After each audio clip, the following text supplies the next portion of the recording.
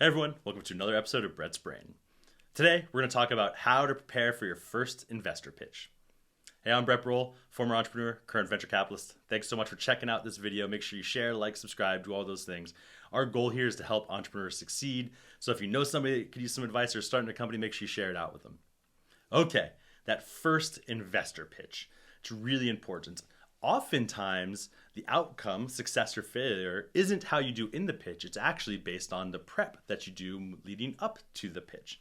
And so here's a couple of tips that you should really be thinking about as you get ready to go out and raise and start having multiple investor conversations. Number one, make sure you do your research up front. So you're going to be meeting all different kinds of investors, and honestly, every investor has a different background and might be interested in different things. The more research you can do up front, the more you can tailor your pitch. The more it shows you care about that specific investor. People are human, right? It doesn't matter who you are. You like to know that somebody's done their research on you. You like to know that somebody might have really done some work up front. It shows what kind of entrepreneur you are. It also enables you to understand, are they really interested in business models? Are they really interested in verticals? Are they really interested in this part of your business? Tailor your pitch to them. And every single one of your pitches should be a little bit different based on what that specific investor's interests are. Number two, make sure you get your numbers straight up front. You don't want to start pitching investors without having your financial projections ready. You need to understand, here's my key numbers, but you also want to understand how this capital that you're trying to raise is going to change your company moving forward. So you want to understand, yep, with this money we can get to these metrics, which unlocks this thing.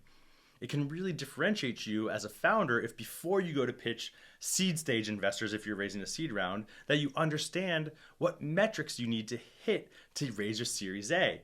And not enough entrepreneurs really truly understand, well, in today's market, we need to get to 3 million in ARR for our type of company before we'll be able to raise that Series A round of venture capital.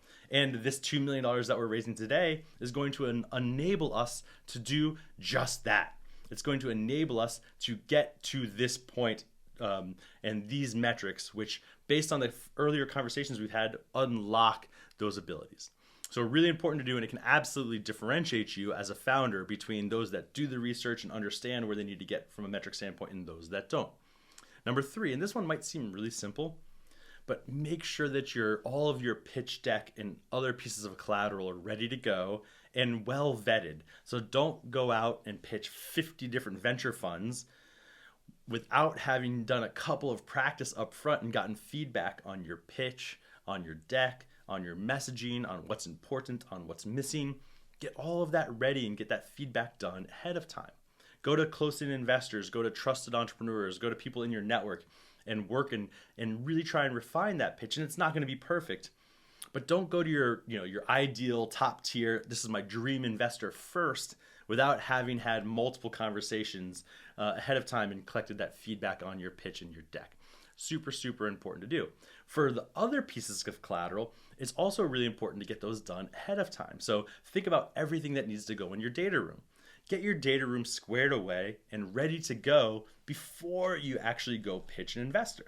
That way, when you're in that first meeting and an investor asks like, hey, do you have this available or this available? You can say, yep, I got it in my data room. We already have a couple other funds in there. Why don't I'll add you to it after the meeting and we can set up some time to walk through it. It shows a couple things. One, it shows that you have interest from other investors already. Two, it shows that you're really prepared as a founder. Three, it gives you easy follow-ups and reasons to set another meeting with that investor. And that's it. Those are a few key tips that you should be thinking about prior to your first investor meetings as an entrepreneur.